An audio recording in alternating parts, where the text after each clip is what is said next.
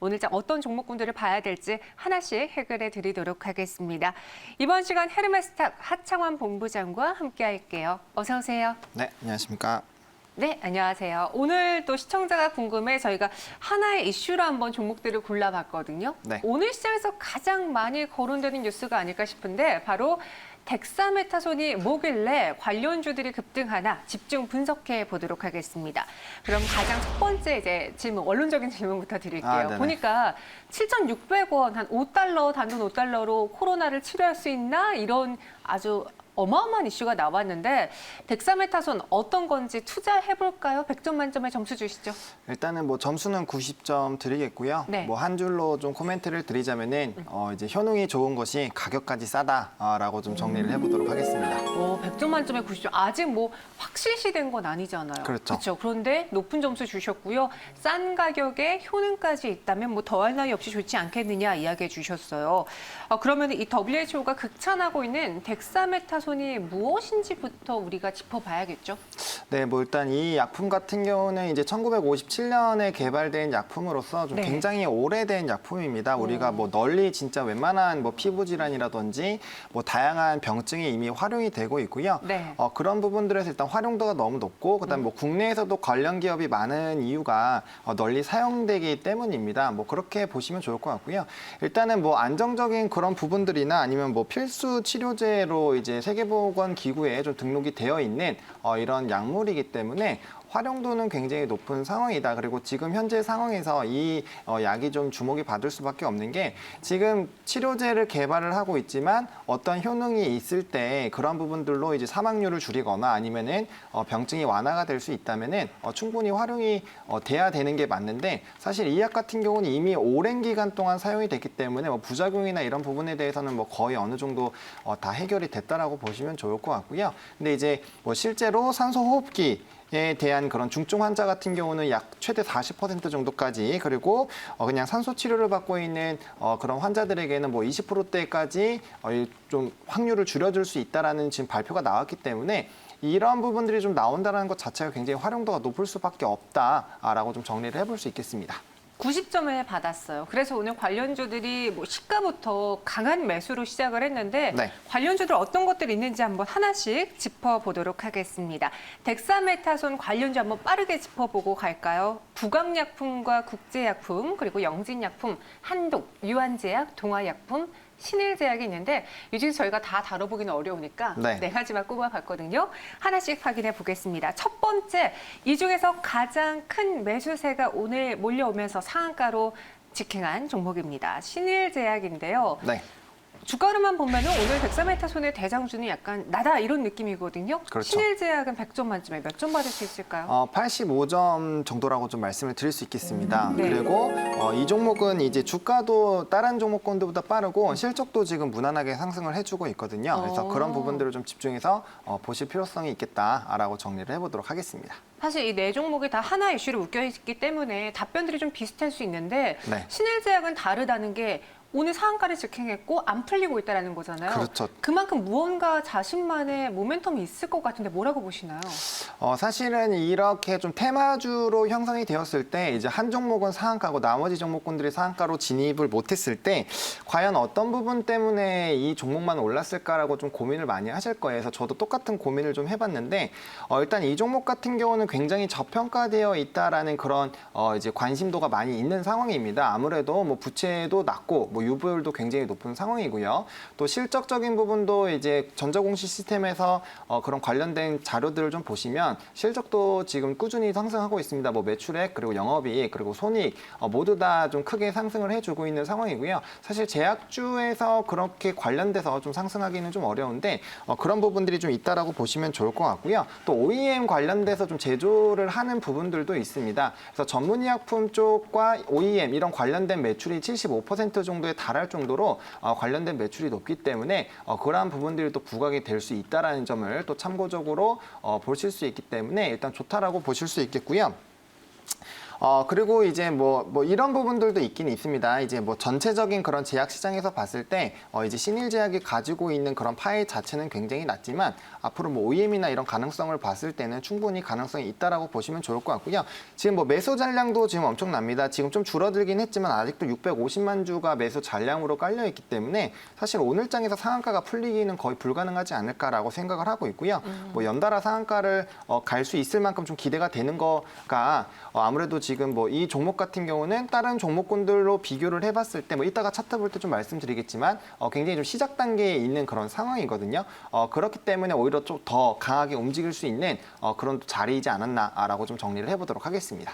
네, 목표 주가 15,000원, 순저가 10,000원 제시해 드렸고요. 신일제약에 대해서 높은 85점 주셨습니다.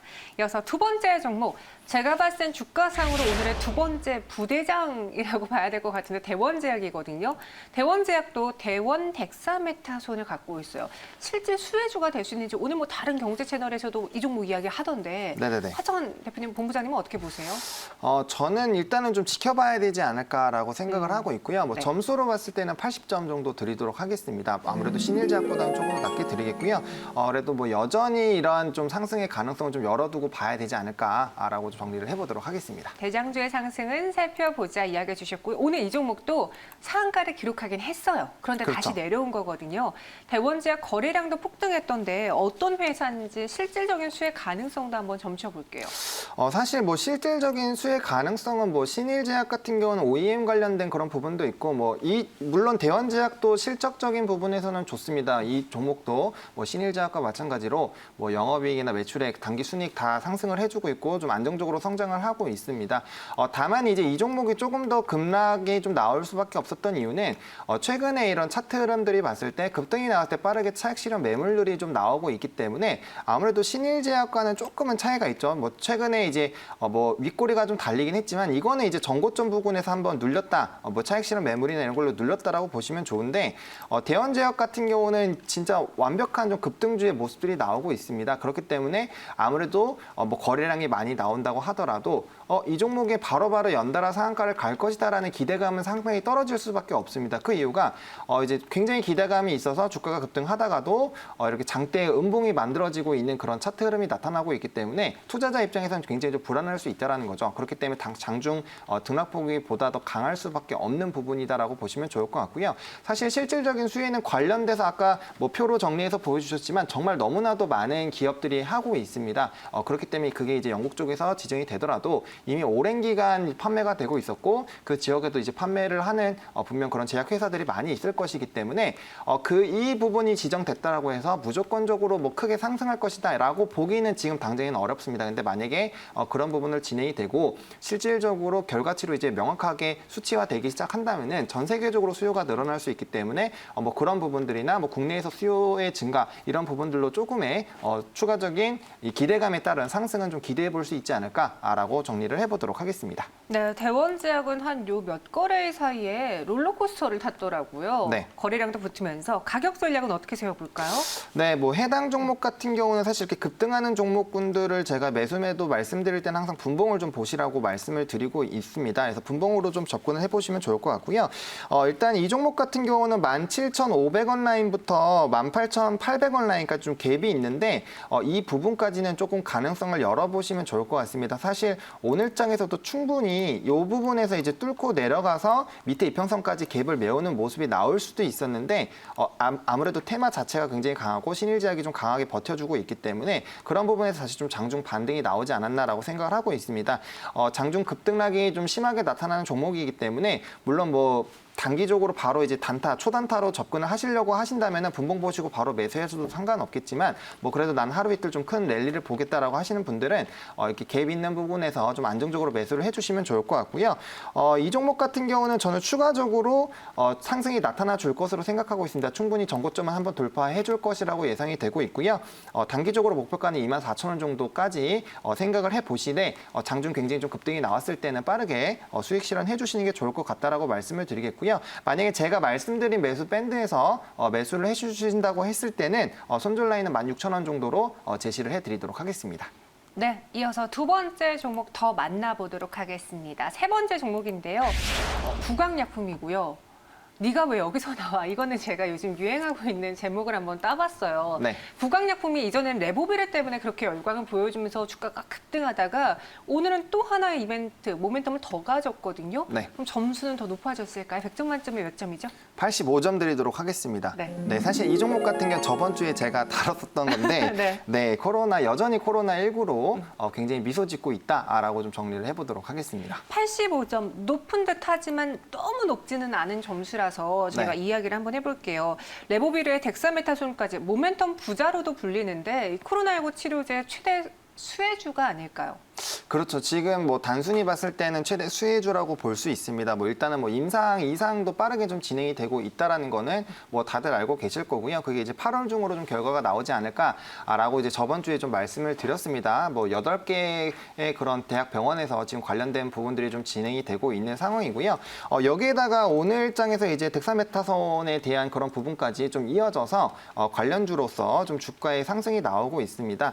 하지만 중요한 부분들은 뭐 지금 여러 가지 치료제들이 굉장히 좀 많이 얘기들이 나오고 있는데 이게 이제 실질적으로 얼마나 빠르게 진행이 되느냐가 굉장히 좀 중요할 수 있습니다. 물론 이런 관련된 기대감으로 주가가 계속 상승을 할 수는 있겠지만 또 그와 반면에 이제 후발주자로 이렇게 뭐 새로운 신약에 대한 가능성이 나온다거나 아니면 또 임상을 한다거나 이런 관련된 이슈가 나오면 그쪽으로 좀 몰려 나갈 수 있기 때문에 그런 부분들은 좀 생각을 해보시면 좋을 것 같고요. 사실 부강약품 같은 경우는 이제 모멘텀 자체는 굉장히 좀 풍부해졌다. 제가 뭐 신풍제약이랑도 좀 비교를 했을 때 신풍제약 같은 경우 내년 6월까지 임상이 진행이 되고 부강약품 같은 경우는 올해 8월에 좀 마감이 될 것이기 때문에 아무래도 그 관련된 임상 선두주자들 중에서도 좀 빠르게 움직일 수 있겠다라고 좀 말씀을 드렸는데 그래도 좀 장중에 급등이 나오기는 했었습니다.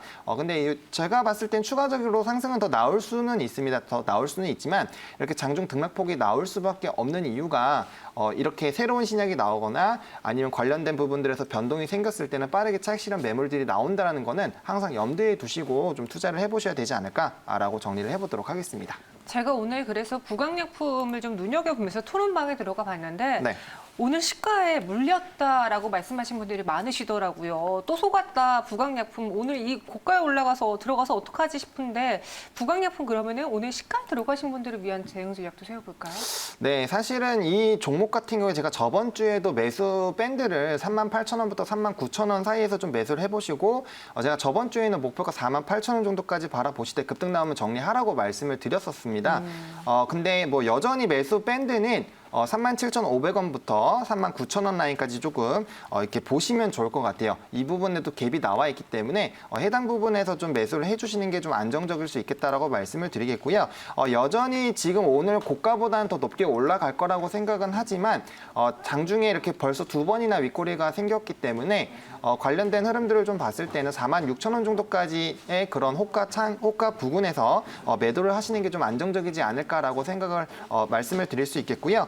만약에 이 종목에서 지금 현재 뭐 고점에서 지금 발목 잡히신 분들 같은 경우 좀 기다리셔야 되겠지만 현재 매수가 기준으로 사실은 36,500원 라인을 좀 이탈을 하게 됐을 때는 물량을 좀 정리하셔야 되겠습니다. 당연히 윗부분에 있으신 분들 당연히 더 정리를 해주셔야 되겠고요. 다시 아랫부분 이 11일 이평선과 20일 이평선 사이에서 좀 매수를 다시 해주시고 관련된 흐름 나와서 급등 나왔을 때 재정리해 주시는 방향으로 좀 접근 대응하시는 게 맞지 않을까라고 정리를 해보도록 하겠습니다.